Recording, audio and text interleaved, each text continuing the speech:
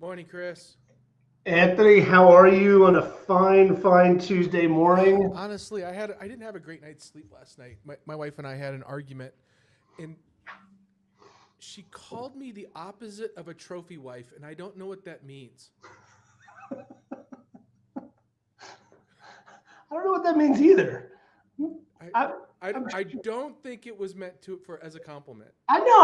I think you should just accept it as a compliment. Just be like, "Thank you." God. You're right. You're right. Yeah, thank you. But it still hurt my feeling. Your one feeling? I've got one. That is a entirely terrible segue to be asking you.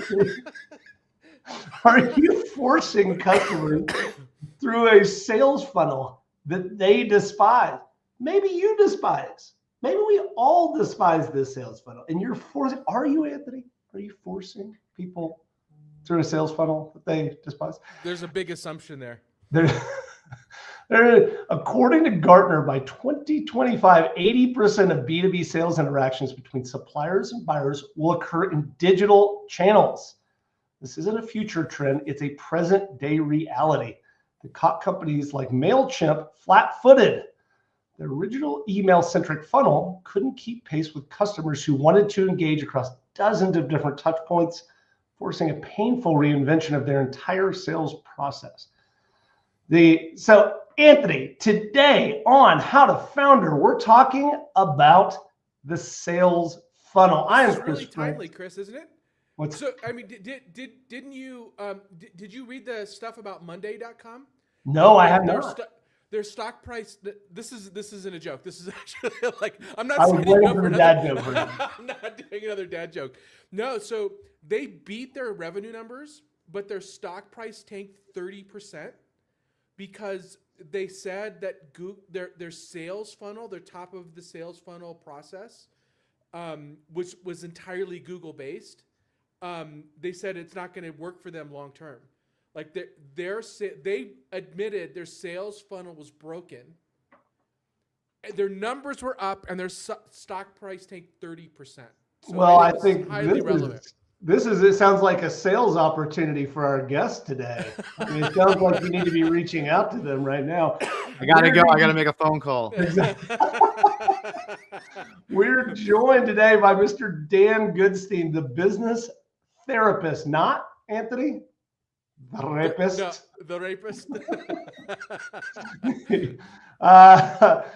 With over 2 decades of experience coaching everyone from startups to Fortune 500s, Dan has a sixth sense for fixing broken sales models and building go-to-market strategies that actually work. Dan, welcome.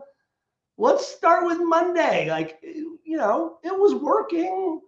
Why did their stock, tank? Like, what's going on? They're a big company. They should have this figured out, right? Yeah. Well, first of all, guys, thanks for having me. A pleasure to be here. I've spent so much time in the corporate world. I used to be like, really impressed by these big blue chip brands. And what I've learned over the years is most of them have no idea what they're doing either. They just throw a whole lot of bodies and money at it and hope that something will kind of slip through. There's also a lot of people out there that are just so reliant on a single channel. It's amazing to me. There's entire cottage industries around, a particular platform or a particular, lead channel that business owners don't have any control of. I'm not saying you shouldn't do it, but it's so reliant on a single channel that if, somebody changes an algorithm or decides they don't want to work with you anymore, your business kind of shuts down. It's kind of crazy to me. I mean, Anthony, you've got some experience here as well. Yeah. Like sales funnels, like it's a very strange thing because what we call this thing as a funnel it almost solidifies in our mind like it's a process that it could be repeatable. And in my experience, the moment you build something that starts working is when it stops working. Has that been your experience, Dan? Yeah, well, because the idea of it being kind of set is a fallacy, right? Especially in the digital world, the AI world that we live in. You got to be, months ahead in days and weeks. The things are just changing so quickly. I mean, we have a sales and lead generation arm business, and we change our tactics every 90 days. So if you have something figured out and you haven't changed it in a year, you're behind. All right, I want to ask you both this question, because this is let's back up just one step to make sure that we're all on the same page. Define a sales funnel, Dan. I know that it seems very basic, but in my experience, when I say a sales funnel, oftentimes people have different ideas in their head. So tell me how you define it, and Anthony, I want you to do the same. Yeah, listen, in an ideal world, you have, stuff coming in the top, right? So, if you want to use the traditional funnel example, you have water coming into the funnel. Ideally, it's very difficult to get water flowing in the first place, get it beyond a trickle and keep it flowing. So that's the first thing. And then, unlike water, you have to move things from the top of the funnel down the funnel, each kind of stage of the funnel. And there's 1,000 different analysts out there that'll tell you it's a 3-step funnel, 5-step, 12-step, whatever. But the point is, you got to bring people from each phase of the funnel down, and that takes different tactics, different skill sets, different types of people, different tools. We see a lot of organizations that focus on, they have a single person trying to do that entire thing, which often doesn't work, usually doesn't work. But it's not that constant, right? You got to keep feeding the top of it. You got to keep nurturing the things, moving them down. And we see a lot of funnel leakage, if you will, that people don't realize it's happening. So even when they do get the top of the funnel flowing, they don't understand why it's not coming to the bottom. There's a bunch of different reasons, but sometimes it's the wrong stuff coming in. Sometimes the funnel is leaking because they're not doing the right things between the top of the funnel and the middle of the funnel. And then, it's dry in the bottom. I mean, there's a few jokes in there as well, but I'll leave those alone. Anthony, what do you think? What is define a sales funnel? I always called it a sales sieve, not a funnel. So yeah, I think that's what I was going to say. It's probably a better analogy, right? Like partially a funnel, partially. Yeah. I struggle with this 3-step, 5-step sales funnel because, like you said, Dan, this stuff changes so fast. It's really just leads and how do you nurture leads. That's really what it is to me. It's like, how do you get leads, which is a different skill than how do you nurture leads, which is a different skill than how you close leads. And trying to apply a formula to it that's going to work is trying to apply a formula to falling in love. It does there is no formula for this. It's very dependent on your company, your culture, your customers, your product, that you have to just have experience and wisdom in order to make it work. And I don't have really good answers here. I don't have a formulaic answer here. Well, I'm just crossing out idea number 6 on my startup list, the formulaic way to fall in love. It's great. I think this is funny, and it's a good conversation. And so let's just touch on it a step more, which is, I think that the funnel analogy, which starts with this idea that you have more leads and then it gets a little bit smaller and then some percentage of those people. So it looks like a funnel. But Dan, I think that you said it right. It's like, it's not really a funnel, because a funnel would imply that everybody that comes in the top ends up down the bottom. And that is not true. It is way more of a it's more like pushing a rock uphill. Exactly. And so you get this analogy, and I think, we use this analogy because it's the one that's most present and everybody does it, but it's a little bit of a faulty analogy, isn't it, Dan? Yeah, well, people like visuals, right? So it's a good visual, looks good on a slide deck, especially if you're selling sales and marketing stuff, right? You want to kind of show this, but I'm with you. It's not necessarily that shape, right? You could have nothing on the top and a whole bunch of stuff on the bottom, and vice, like in the Monday example, and vice versa. I like the analogy I like better, and I call it more of to the point I think, Anthony, you were making. is to deconstruct the sales process. So you think about, you go to a doctor's office, right? You walk in, somebody checks you in. There's a receptionist, there's a medical billing person, there's somebody comes in, brings you into the office, weighs you, takes your vitals, right? Then you see a doctor, then you maybe see a surgeon, right? They've deconstructed that whole process. Could the surgeon check you in? Yeah, maybe, but it's not his skill set, right? And so, we always advise to, deconstruct the sales process as much as possible. To your point, Anthony, the people that are finding the leads and doing the research are not necessarily the people that are good at nurturing the leads and solutioning and those types of things. And maybe not even the same person who's closing it, quite honestly. I think it's a terrific analogy, which is, because there's specialty and et cetera, and you're trying to move a person on the process. I think there's one other fallacy, which is, because we as business people, we want to create a system and we want to create a process. We want to have it, we want to be able to put it up on a whiteboard. Yeah. But Anthony, to your point, every single sales interaction is infinitely complicated. And you're dealing with so many different variables that this idea that it's a linear process doesn't always hold true. Anthony, in your experience, is there such thing as a sales process, or is this a totally bespoke part of our business where we can't necessarily apply systematized thinking? Well, I go back to an agency that was here in Colorado. The thing that pops in my head was I'm not gonna say what their agency name was, but they were a sales enablement company. They helped larger companies, really improve their sales process. And I had a lot of interaction with the owner of this agency, and kept thinking to myself, they have a sales problem. The agency couldn't figure out their own sales process. And it wasn't the first time I noticed that the sales consultants struggle with sales. Yeah. Oh yeah. So if you're a quote expert at this, I don't know if that's Dan, you're going to have to correct me here. So why is that true? Why do sales consultancies struggle with sales if they're good at sales? And so what would flip my mind on this is, all right, so is there truly something that you can pull out, a methodology, a framework, a way of thinking about this that is repeatable?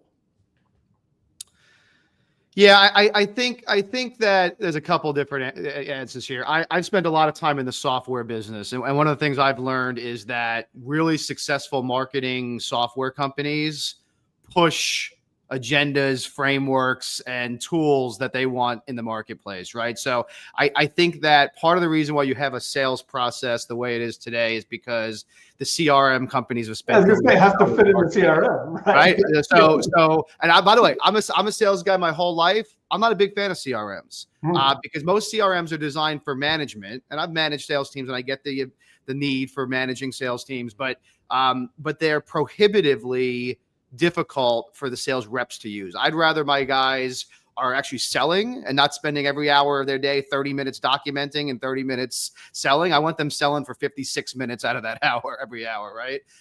And so the CRMs kind of create this structure, a forced structure, and that's part of it. And the other, I don't know about the agency you're talking about, but listen, there's a lot of consultants out there that just they make money by creating problems that don't exist. And we've seen this even you mentioned Gartner before. Gartner's stock has gone down like 58% this year so far. I think the paradigm is starting to shift, but in the past, people paid a lot of money for someone to tell them something they could probably figure out on their own. Companies make problems that don't exist. But I guess if I had to, joking aside, I mean, when you get to a big team, you do need a way to manage it, right? And so sometimes you create this, you create some structure, even though, like you said, 1,000 opportunities, they're not going to all follow the same line, right? But you do need some general framework so that you can manage people and expectations and things. But it gets out of hand. Okay, so I'm going to just recap what we've discussed, and just you guys correct me if I'm wrong. But what we've said to this point is The funnel, even though it's the analogy that we all use, kind of a faulty analogy because it implies, again, that everybody that starts at the top ends up at the bottom. We know that's not true. We also know that we as business people, we try to apply a process. And Dan, in management, we want to know what's happening. And so we ask people sometimes to organize a sales process that fits into a CRM, which might not even accurately show what's going on in a real sales process. And so sometimes even the act of trying to capture that information sometimes creates false positives and false negatives. Also, we know that it's now incredibly complicated because the needs, desires, wants of our customers are incredibly individualized. So where do we go from here, Dan? Help us out of this chaotic mess. We are now, like we've just said, all the things that are wrong. How do we as founders start to think about for lack of a better word, we'll keep the funnel. How do we think about bringing somebody from aware to decision?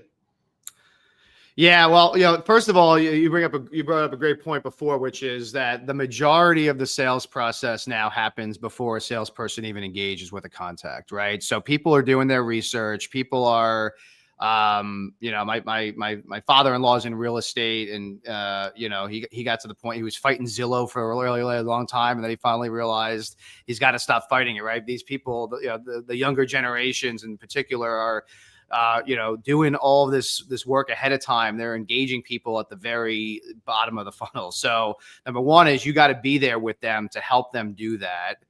Establish yourself as a thought leader, as a resource, as someone that they can kind of bounce ideas off of. That old sales as the gatekeeper, and the direct used car salesman thing, right? That just, people are just so turned off by overt sales motions now. And that's part of the reason. I think it's tools and technology, but that's part of the reason why people don't want to, buy a car and walk into a car dealership, right? They'd rather do all that research online. If they could do the whole transaction online, they probably would. So I think you gotta be there while they're researching. You got to be there to help support them, guide them through the funnel, or whatever analogy you want it to be, guide them through the process, and then, create a relationship. Because at the end of the day, sales is still about relationships. How do you use technology tools, AI, to help enable that, to do more relationships at scale, so that at the end of the day, when it's a commodity purchase and it's you versus the other guy, they feel like they trust you because you've been there the whole way. I'm going to start with you, Anthony, on this, because I'm just going to ask one more really big, broad, somewhat heretical question. How do you define what is a salesperson in 2025? And let's say B2B salesperson. What is their job? How would you define that, Anthony? And then I want to ask you the same question, Dan. I think we're touching on something, but I want to get to it. I think so. I've in my head, what a B2B salesperson is not what it should be, is not what it is today. A B2B salesperson, you have to be responsible for what I call going small.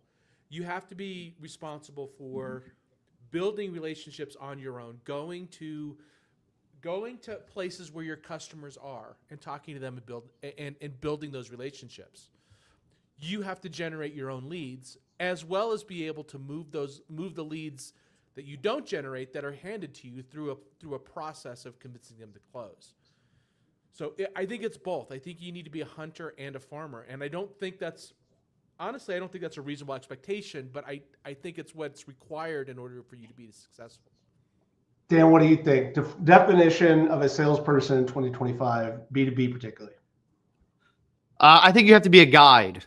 I think you have to help. I think you have to help them. You're right, Anthony. Right, you got to find the people in the first place, right? Of course, but once you find those people, once you hunt those people down, I think you want to be a guide, a support mechanism, someone to kind of help them down the right path, and then sales 101, which we've seemed to have forgotten about today. Is listen, right? Stop shoving down your widgets or your software or your tools down their throats. Listen, right? And come up with a a solution that fits their particular situation. If you kind of, we used to say, if you just show up and throw up, they know right away that you don't care about their needs, right? You're just trying to make a quota and push something down their throat. And no matter what they say, you're going to say, I think the solution is my software, right? Yeah. I think, and by the way, I've seen great salespeople. I've spoken to great salespeople where, I'm going down the path, they're guiding me. And at some point they say, I don't think we're a good fit, but I'm going to recommend this other thing to you. And guess what? I never forgot that. And at some point I'm going to go back to that guy because I trust him, right? It would have been very easy for him to just, sell me a bag of goods. And not only did he not do that, but he referred me to a competitor. I love the analogy of the guide because I think it's incredibly accurate. And I think you guys are both onto something. And Dan, you and I probably came up in the same time in sales where, it was about persuasion and being taught the tools of persuasion. And it was about information that I had information. I was going to selectively give that information to somebody else to persuade them. And that paradigm does not exist anymore. So the guy got the information. It's such a good analogy here.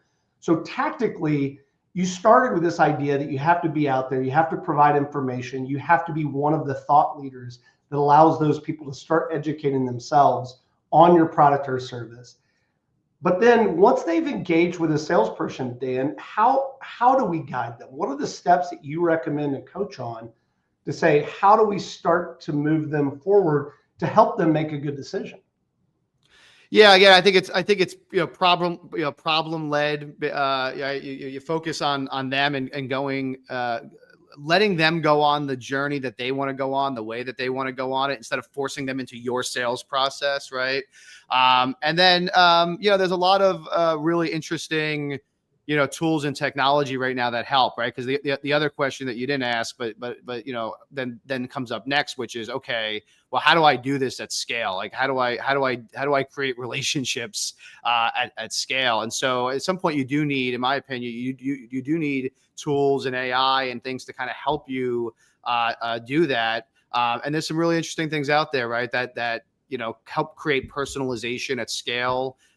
Create the initial kind of interest and hook. I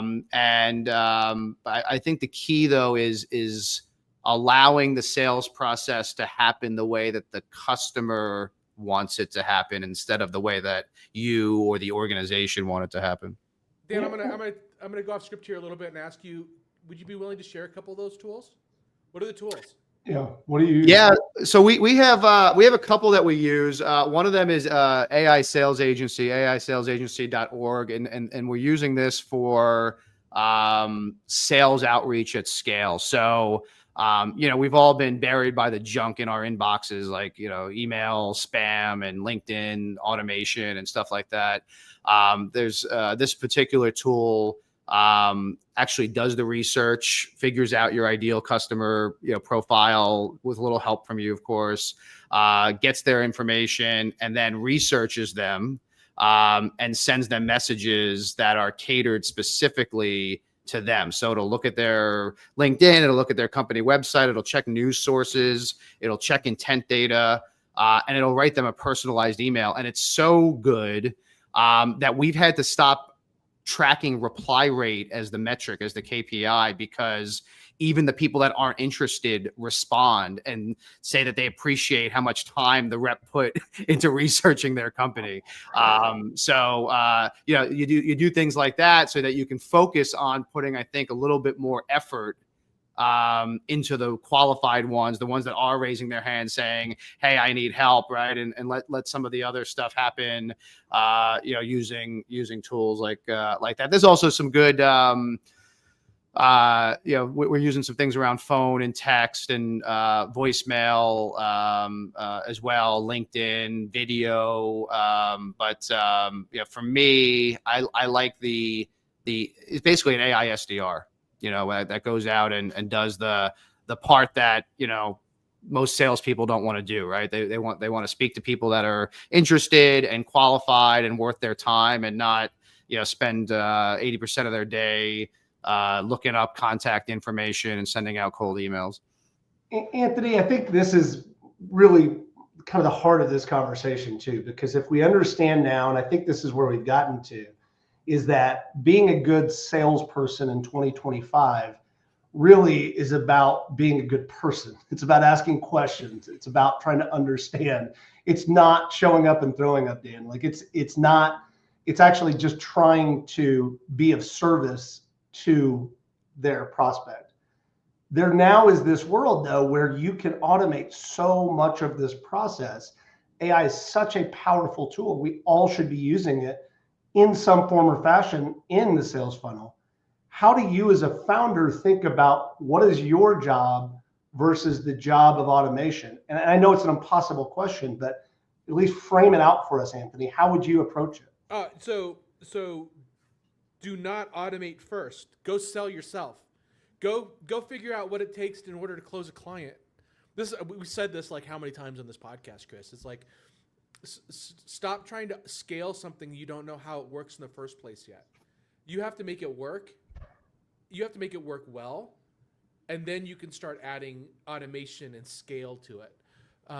Because what most founders do is they manufacture what they think the sales process is in their head. They automate that, and 90% of it is wrong, and then they wonder why things aren't working. It's a great point, Dan. What do you think? Yeah, I think it's to kind of piggyback on that. I think it's use tools in AI to accelerate and increase that personal touch, right? So if you can use it to get yourself in front of more people, right, then and in an authentic way. Like I had a customer last week who's actually a friend, and he said to me, I'm talking to this ad agency and they want me to create all this content on Instagram and whatever. And he's like, I've never done a video before. And I was about to tell him, oh, well, if you're nervous about it, there's AI tools that can, create the video for you. And I stopped. I said, you know what? Don't do that. I said, because I'd rather you be authentic. I'd rather you stumble through your first 10 videos and be authentic, and somebody out there realizes you're like a real person, you're a real guy, and opposed to being super overproduced, super polished, lose the authenticity, right? So I said to him, I said, do the content, make it really authentic and personal, and then let's use AI and automation to get through the responses or do further targeting or help kind of enable you to do more of that content. I think that where we're landing is that the smartest early stage companies are going to be the ones that build their own process. I mean, that you may have to change it and use different terminology, but really what's going to work for one company probably is not going to work for another company. And it's up to you, Anthony, as the founder, to go out and really figure that out with the knowledge that will change over time, et cetera. I mean, is that a fair summation, Anthony? And then Dan, I want to ask you one more question before we get to the speed round. Yeah, I think that's right. You have to figure out how your sales process is going to work. You're responsible for not just the sales process, but the marketing, how you're getting awareness, and also the product itself. So you are in the best seat, as it were, to be able to connect the dots from the product to what the customer needs are. And whether or not you may not have a product that's a fit for them, which means either you've designed the product wrong or you targeted incorrectly. And you're going to be able to feel the customer's pain better than anybody else, and maybe make that sale just because you're going to be able to solve it because you understand the entire solution. I think it's a good summation. Dan, here's my final question before we get to the speed round. It's a big one, but I'm hoping you can help us, which is, let's say that Anthony and I are early stage founders and we come to you and say, we just are trying to start to think through this problem. What advice would you give us from a very early days on how we can start to structure and understand what our sales process is going to look like? How do we capture a document, et cetera? Or just what advice would you give us? We did this for a large company recently, and it might surprise you, but what I told them to do was not to start with the process, but to start with the customers. We compiled, and we actually started using some AI to do this and put these AI automations into their CRM to kind of just collect data and see like where things were leaking in the funnel and what things were working, what things weren't working. And we just spent, like 60 days just talking to their clients. So I think at the end of the day, we got to go back to it's what the client needs, right? It's what the client is. You're trying to solve a problem, for the client. And then once you understand what the common denominator is between all your clients, and the types of things they're looking for and the way that they're buying those things, then you kind of back into how that maps to your offerings, and your goals. And then you kind of bridge the gap between and figure out the right process to connect the two together. Anthony, I should have had a V8 moment, which is we as founders, we constantly are preaching to go talk to customers, but then we go into our office and design a sales process. Like we don't actually think about our customers when we're designing a sales process. Like what Dan's just saying is brilliant. Like we have to start with our customers and work backwards. What do you think about that? Is that obvious and it's just something I've been missing? It's obvious, and you need to update your pop culture references. Having a V8 moment is that's like 1980. That is very early. Yeah, that's a very good point. Yeah. All right. Well, you could also say, "Where's the beef, Chris?" and it'd have the same impact. That one I knew. I didn't get the V8 reference, but I got that one. Oh God, I'm feeling very old at the moment. All right, Dan, are you ready for the speed round?